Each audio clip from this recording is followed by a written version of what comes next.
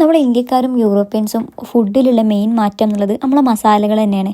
ഇവിടുത്തെ ആൾക്കാർ കുറച്ച് മസാല ഇട്ടിട്ടുള്ള ഫുഡ് ഐറ്റംസാണ് കഴിക്കുക.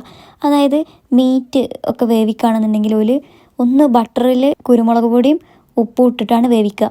വെജിറ്റബിൾസൊക്കെ ആണെന്നുണ്ടെങ്കിൽ പുഴുങ്ങി തിന്നുക. അതാണ് ഇവരൊരു രീതി. പക്ഷേ നമ്മൾ കറി വെക്കുക, അല്ലെങ്കിൽ പൊരിക്കുക, ബിരിയാണി ഉണ്ടാക്കുക, അങ്ങനെ എന്ത് സാധനമാണെങ്കിലും മസാലയിൽ കുളിപ്പിച്ചിട്ട് തിന്നുക എന്നുള്ളതാണ് നമ്മളെ രീതി.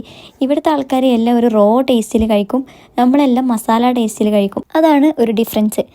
യൂറോപ്യൻസിൻ്റെ ഒരു ഫേവറേറ്റ് ഡിഷാണ് ഗ്രിൽഡ് വെജീസ് എന്നുള്ളത്. നമ്മുടെ നാട്ടിലിപ്പം ചില റെസ്റ്റോറൻറ്റ്സിലും കഫേകളിലൊക്കെ ഇത് കിട്ടുമെന്ന് തോന്നുന്നുണ്ട്. നമ്മളിത് വീട്ടിലുണ്ടാക്കി നോക്കാമെന്ന് വിചാരിച്ചു.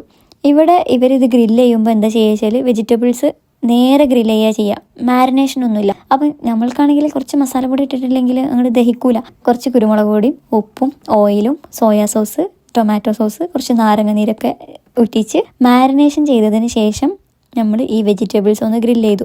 ഒരു 20 മിനിറ്റ്സ് 200 ഡിഗ്രി സെൽഷ്യസിൽ ഓവനിൽ വെക്കുകയാണ് ചെയ്തത്. നല്ല അടിപൊളിയായിട്ട് വന്നു.